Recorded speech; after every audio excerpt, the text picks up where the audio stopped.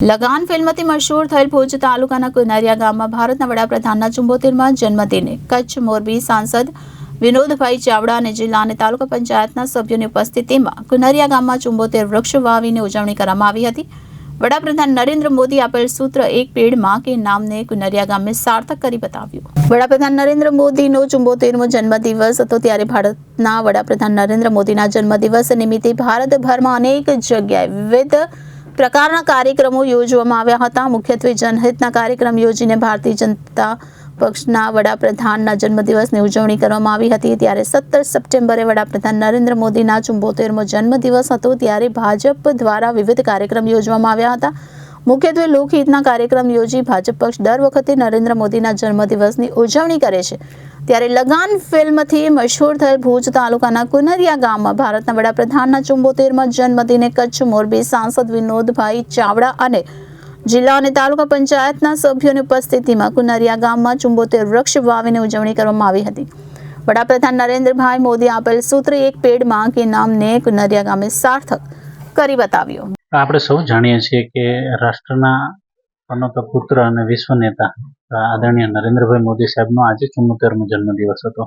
દર વર્ષની જેમ આ વર્ષે પણ અમે જે છે તેને મોદી સાહેબના જન્મદિવસની ઉજવણી કંઈક વિશેષ રીતે કરવાનું વિચારતા હતા અને એ જ રીતે આજે જે છે એમના જન્મદિવસ નિમિત્તે 74 જેટલા વૃક્ષોનું વાવેતર કરી અને એના ઉછેર માટેનો સંકલ્પ લીધો છે। આજના દિવસે જ્યારે એમનો જન્મદિવસ છે એ આખો સપ્તાહ સેવા સપ્તાહ તરીકે ઉજવવામાં આવે છે અને પછીથી જે છે મહાત્મા ગાંધીજીની જન્મ જયંતિ નિમિત્તે સ્વચ્છતા પખવાડિયું પણ ઉજવવામાં આવે છે। તો આ સિલસિલામાં જે છે ગામની સામૂહિક સફાઈ કરવામાં આવી। એમાં કચ્છ યુનિવર્સિટીના વિદ્યાર્થીઓ અને વિવિધ વિભાગના વિદ્યાર્થીઓએ જે છે સહયોગ આપી અને એમણે પણ જે છે સ્વચ્છતા નું જે છે કામ કર્યું અને એને અનુભવ મેળવ્યો કે ગ્રામ્ય સંસ્કૃતિમાં સ્વચ્છતા અને સફાઈનું વ્યક્તિગત જીવનમાં કેટલું મહત્વ છે। આ તકે જે છે આપણા સૌના કચ્છ અને મોરબીના સાંસદ અને પ્રદેશના મહામંત્રી આદરણીય વિનોદભાઈ, એ ઉપરાંત ભુજ તાલુકા પંચાયતના પ્રમુખ શ્રી વિનોદભાઈ પણ ઉપસ્થિત રહ્યા અને ગામ લોકોને જે છે પ્રોત્સાહન આપ્યું। ખાસ કરીને વૃક્ષારોપણ સંદર્ભમાં જે કરેલી કામગીરી છે એ કામગીરીના સંદર્ભમાં જે છે એમણે જે છે એપ્રિશિએટ પણ કર્યું છે।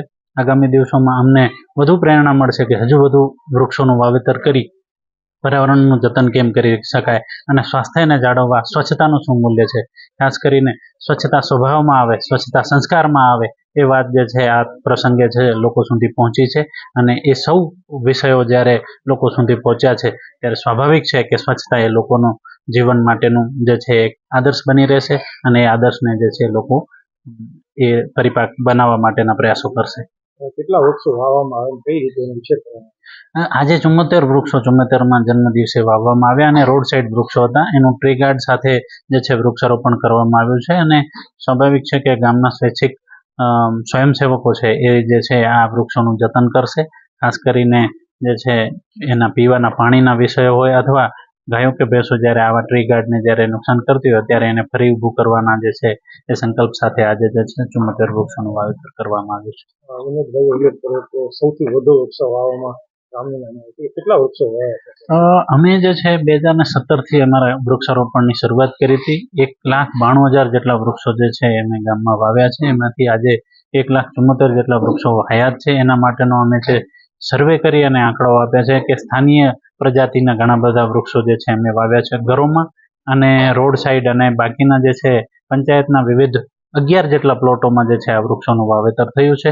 ગયા વર્ષે જે છે આ વિષયને લઈને જે છે રાજ્ય સરકારે જે છે ગ્રામ પંચાયતનું અભિવાદન કર્યું હતું અને એને રાજ્ય કક્ષાનો જે છે વૃક્ષારોપણ સંબંધિત એવોર્ડ પણ આ પંચાયતને જે છે આ કામ માટે મળેલું છે। Bureau report Janadesh news Bhuj.